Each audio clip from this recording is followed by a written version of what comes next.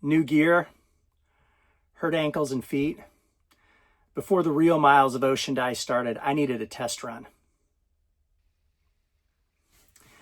I had 2 of those coveted backcountry permits for a few nights in Paria Canyon and Buckskin Gulch, and Leslie joined me. Now, only 20 people a day are allowed to camp out there, spread across nearly 60 miles of canyon, so that's a pretty good setup if you're trying to find something real.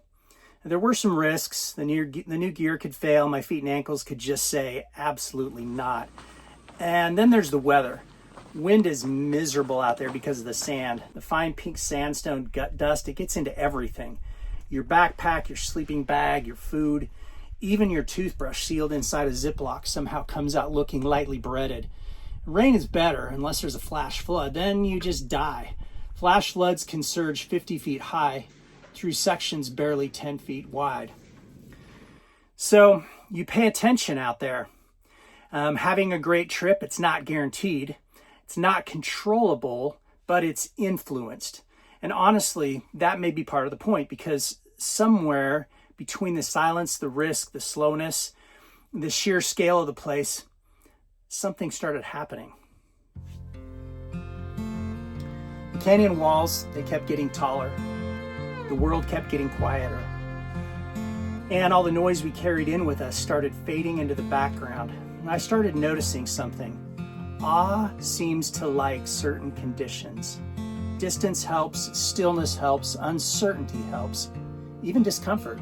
Not misery, not danger, just effort and something earned. And somewhere along the way, modern life got very good at removing the conditions awe seems to like. Everything optimized, everything comfortable, everything predictable. But awe doesn't seem to thrive there. It shows up more often when you're slightly uncomfortable, slightly uncertain, and paying very close attention. Yeah, which brings us to the campsite situation. At the confluence of Paria Canyon and Buckskin Gulch, there are 3 camping areas. One looks like it belongs in a Patagonia commercial, and one has a great hammock tree, and then the third, it's tucked into dense brush underneath what turned out to be a fully operational bat freeway. So guess which one we got. First I thought, well, that's disappointing.